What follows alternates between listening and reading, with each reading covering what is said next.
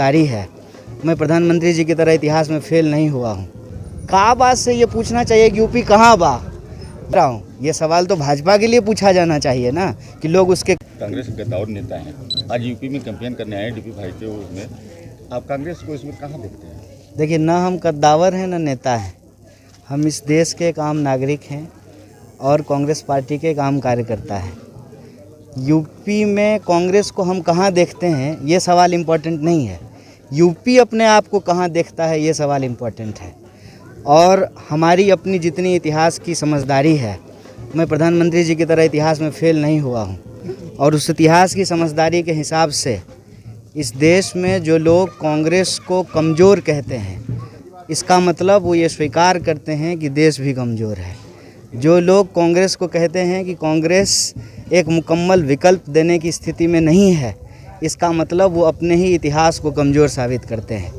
जो कांग्रेस अंग्रेज़ों से लड़ कर के आज़ादी दिला सकती है, इतने दशकों तक देश को चला सकती है, देश में IIT, IIM, दर्जनों जो है विश्वविद्यालय, सड़कें, पंचवर्षीय योजनाएं, ठीक है, तमाम तरीके चीज़ें कर सकती हैं, तो एक मुकम्मल विकल्प भी दे सकती है।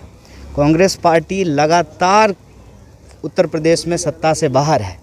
तमाम जो आलोचनाएं कांग्रेस को लेकर के की गई इतिहास में, आज उसकी हकीकत हमारे सामने है। हकीकत ये है कि धार्मिक और जातीय उन्माद के नाम पर लोगों ने अपना जेब भरा, अपने खजाने भरे हैं। उत्तर प्रदेश देश का सबसे बड़ा राज्य है, 25 करोड़ की आबादी है और आज चूँकि मैं बिहार से आता हूँ, उत्तर प्रदेश और बिहार का कई मामलों में जो है एक संबंध है।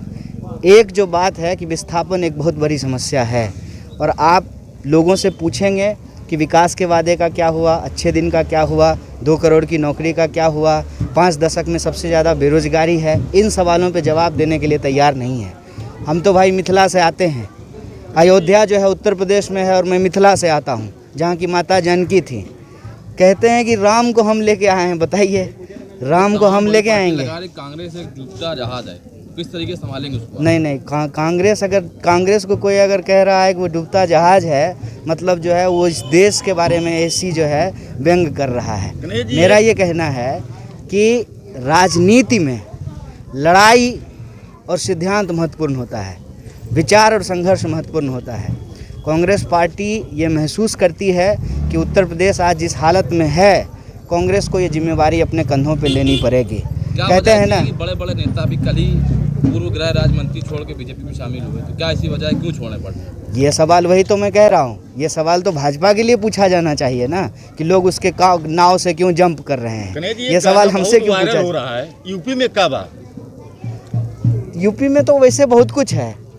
मैं जो है किसी भी प्रदेश की आलोचना करने में भरोसा नहीं रखता हूँ और ख़ास करके मुझे जो है नकारात्मक चीज़ों में भरोसा नहीं है, मैं सकारात्मक चीज़ों को देखता हूँ। यूपी में बहुत कुछ है, उत्तर प्रदेश के बिना जो है ये देश संपूर्ण नहीं होता है। सवाल ये है कि यूपी को कहाँ बात से ये पूछना चाहिए कि यूपी कहाँ बा, ये सवाल पूछा जाना चाहिए कि इस उत्तर प्रदेश जो देश का सबसे बड़ा राज्य है, 25 करोड़ जहाँ की आबादी है, जहाँ तमाम तरीके के उद्योग धंधे थे, जो राजनीति में अग्रणी था, हर क्षेत्र में जो चहुमुखी विकास उत्तर प्रदेश कर रहा था और देश का प्रतिनिधित्व कर रहा था, उत्तर प्रदेश को आज इस स्थिति में जो लोग पहुंचाए हैं, उनसे ये सवाल पूछा जाना चाहिए कि उत्तर प्रदेश कहाँ बा, ठीक है। और मैं समझता हूँ कि मैं चूँकि बिहार से आता हूँ, बड़े पैमाने पे लोगों को पढ़ाई के लिए, दवाई के लिए, कमाई के लिए, सुनवाई के लिए, हर चीज़ के लिए जो है बाहर जाना पड़ता है। मैं ये पूछता हूँ कि इतना बड़ा राज्य है हमारा, तो क्यों हमारे यहाँ के लोग जो हैं वो दूसरे राज्यों में जा कर के उनको काम करना पड़ रहा है? मैं तो कहता हूँ कि दूसरे राज्य से, कभी वो उत्तर प्रदेश का हिस्सा था, बाबा जी जो है यहाँ आकर के मुख्यमंत्री बन कर रहे हैं, लेकिन यहाँ की जिम्मेवारी लेने के लिए तैयार नहीं है। तो ये सब जो बुनियादी सवाल हैं, रोजी रोटी, कपड़ा, मकान, शिक्षा, स्वास्थ्य, सड़क, बिजली, पानी, इस पे हम ये चुनाव लड़ रहे हैं। लगातार सत्ता से बाहर हैं और हमको लगता है कि अपने हक और फ़ायदे के लिए जाति और धर्म के नाम पे समाज को गुमराह की गई है।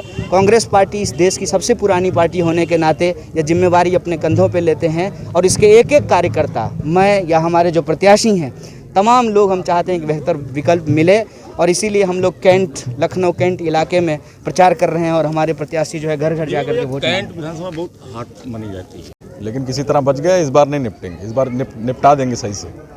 आप ये मान के चलिए कैंट विधानसभा के जो मुद्दे हैं उन मुद्दों की लड़ाई लड़ी जा रही है। या जातिवाद धर्म की बात नहीं कर रहा। कांग्रेस ने आपके ऊपर भरोसा जताया है, कौन सा ऐसा मुद्दा लेके जाएंगे जो जनता आपके ऊपर भरोसा? देखिए, सबसे बड़ा मुद्दा कांग्रेस पार्टी का हिंदू मुस्लिम सिख ईसाई की एकता, इसी एकता को लेके आगे चल रहे हैं और इसी एकता को लेके हम आगे बढ़ते भी रहेंगे। आज हम लोग फिर से दोबारा, मैं फिर से आपके माध्यम से लोगों से कहना चाह रहा हूँ, इस बार चुनाव करिए आप सड़क के मुद्दे को लेकर, चुनाव करिए आप बेरोजगारी के मुद्दे को लेकर, चुनाव करिए आप महंगाई के मुद्दे को लेकर, चुनाव करिए आपकी टूटी हुई सड़कों के लेकर मुद्दे को।